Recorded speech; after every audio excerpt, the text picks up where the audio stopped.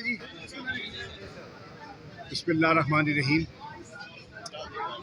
आज तहरीक इंसाफ की जो निगोशिएटिंग टीम थी, जिसमें फवाद चौधरी साहब, अली ज़फ़र साहब जो हमारे वकील भी हैं और हमारे पॉलिटिकल निगोशिएशंस का हिस्सा भी थे, और मैं, आज हम अदालत के हुक्म पर हाजिर हुए और हमने अपनी ऑब्जर्वेशंस उनकी खिदमत में पेश कर दी।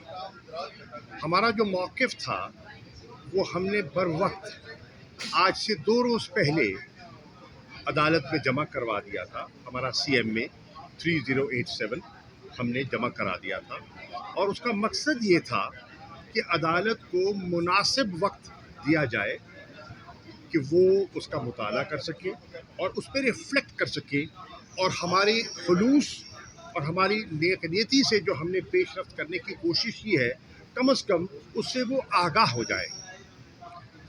आपने देखा कि हुकूमत का जो CMA है वो आज सुबह दिया गया और उस पर दस्तखत भी नहीं है, कोलिशन अलायंस के दस्तखत नहीं हैं। हम 3 थे, तीनों दस्तखत मौजूद हैं और चीफ जस्टिस साहब ने उसका मुलाहिजा किया होगा। PDM अलायंस एक डार साहब के दस्तखत हैं, और जब भी हमने बात की, गुफ्तगू की, अली ज़फ़र साहब गवाही देंगे, तो उन्होंने कहा कि नहीं ठहरिए, हमें अपने कोलिशन पार्टनर्स को एतमाद में लेना है, हमें वक्त दीजिए, हमें मोहलत दीजिए। हमने मोहलत दी। पूरा मीडिया हैरान था, पूरा पाकिस्तान हैरान था कि इतने संजीदा मुज़ाकरात और इसमें 2.5-3 दिन का वक्फा, ये किस लिए? ये क्या रिफ्लेक्ट कर रहा है? एक तरफ कहते हैं कि हमें इलेक्शन की उजलत है और दूसरी तरफ 3 दिन का वक्फा करते हैं। तो वो वक्फा हमने नहीं, उन्होंने मांगा था। और हमने क्यों दिया?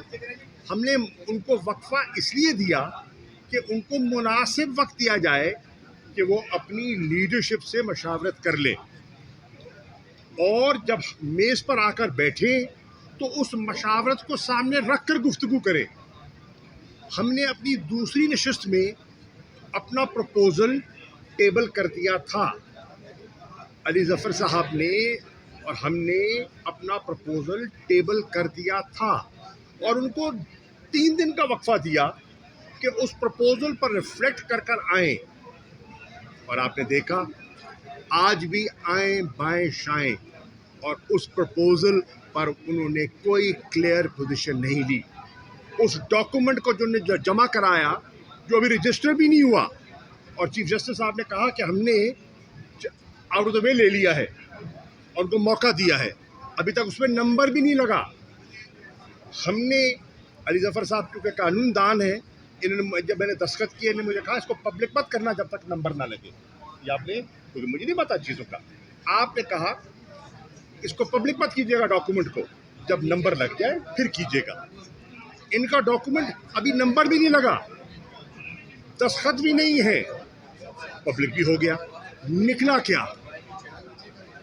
निकला ये कि आज नवाज शरीफ साहब ने लंदन में कहा कि हम तो 3 रुकनी बेंच के फैसले को 3-2 के फैसले को तस्लीम ही नहीं करते, हम तो 4-3 की बात कर रहे हैं। तो अगर आप 4-3 की बात कर रहे हैं तो फिर आप इस बेंच के सामने पेश क्यों हो रहे हैं? अगर आप 4-3 की बात कर रहे हैं, फिर आपने इनसे मोहलत क्यों मांगी? अगर आप 4-3 की बात कर रहे हैं तो फिर आपने इनके सामने अपना CMA क्यों फाइल किया? ये है तज़ाद। दूसरा रुख लीजिए, इलेक्शन कमीशन, जैसे कि चीफ जस्टिस साहब ने कहा, हमने 2 सवाल किए, उन्होंने 2 मुश्किलात का जिक्र किया। एक, हमें वसाइल दरकार हैं, 21 अरब मांगे, और सिक्योरिटी। ना इन्होंने वसाइल देने थे न दिए, और पार्लियामेंट को बतौर ढाल इस्तेमाल किया।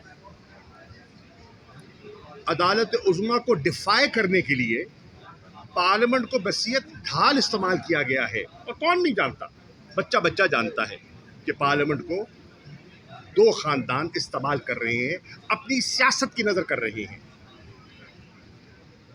بقول شاہد خاقان عباسی 20 ارب روپیہ آٹے پہ اس کا غبن کا وہ ذکر کر رہے ہیں. 20 ارب روپیہ آٹے پہ ضائع جو کہ لوگوں کو جانا چاہیے تھا نہیں گیا.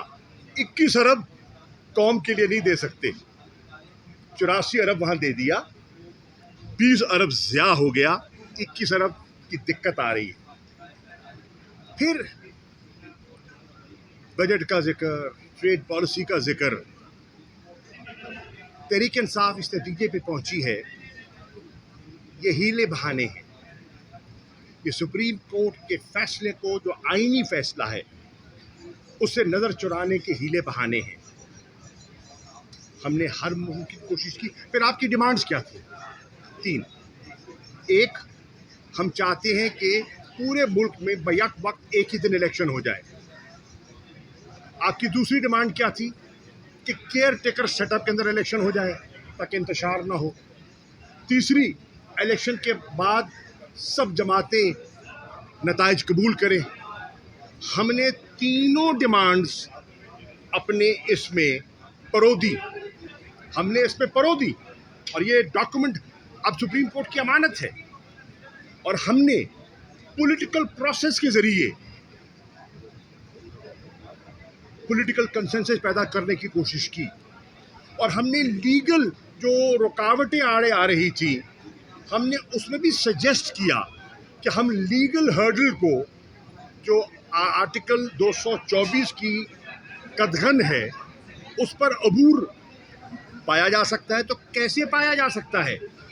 ہم نے وہ بھی تجویز اس میں پرو دی کہ ہم جانے کو تیار ہیں، ہم ووٹ دینے کو تیار ہیں، ہم ون ٹائم کانسٹیٹیوشنل امینڈمنٹ کے لیے تیار ہیں. امینڈمنٹ کے لیے ہم تیار، ون ڈے کے لیے ہم تیار، کیئر ٹیکر کے لیے ہم تیار، نتائج کو تسلیم کرنے کے لیے ہم تیار. آپ نے کیا کیا؟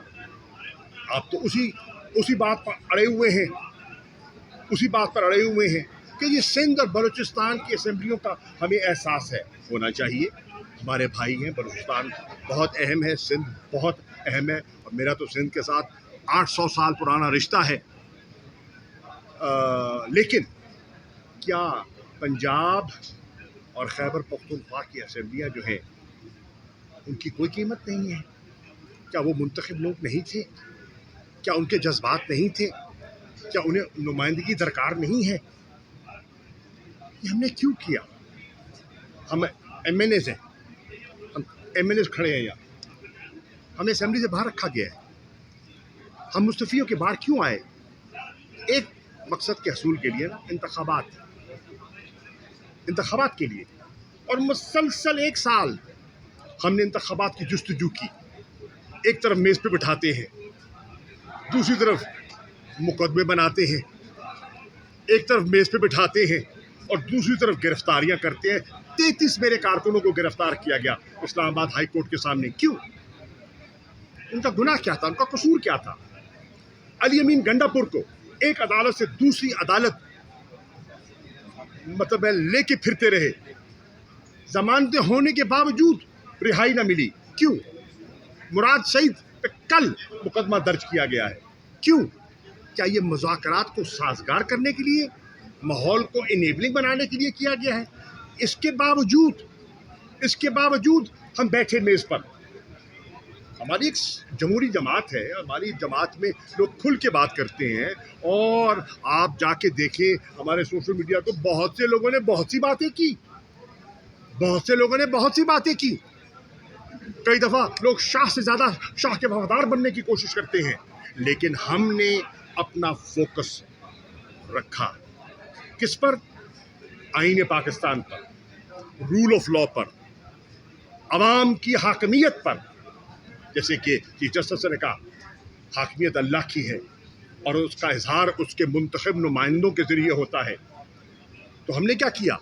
ہم کیا مطالبہ کر رہے ہیں؟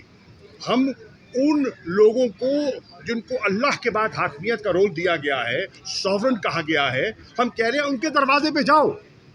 आप उनके दरवाजे पे जाने से कतरा रहे हैं क्यों? घबरा रहे हैं क्यों? दयानतदारी से हम इस नतीजे पे पहुंचे कि इनमें डिफाइंस का वो फैसला कर चुके हैं और एरोगेंस का वो मुजाहिरा कर चुके हैं। और ये दो लफ्ज़ अंग्रेज़ी के हैं, जो समझते हैं वो समझ के मैं क्या कह रहा हूँ। They are arrogant and they are defined. They want to undermine the Constitution of Pakistan and they want to ridicule the highest forum of justice in this country, which is the Supreme Court of Pakistan. Tehreek Insaf आज का नहीं, कल का सोच रही है। तहरीक इंसाफ आज का नहीं, आने वाली नस्ल का सोच रही है। ये आइन रहेगा इंशाअल्लाह, ये मुल्क रहेगा इंशाअल्लाह, इंतखाबात होंगे इंशाअल्लाह। हम कोई ऐसी रिवायत नहीं डालना चाहते कि जिसकी आड़ में कभी फंड्स के ज़रिए और कभी सिक्योरिटी के ज़रिए वो ये आइन से आंख चुराएं। और सही कहा चीफ जस्टिस साहब ने कि आपके पास क्या गारंटी है कि 8 अक्टूबर जो इलेक्शन कमीशन कह रहा है, तारीख आपने दी, 8 अक्टूबर को सिक्योरिटी दुरुस्त हो जाएगी, क्या गारंटी है?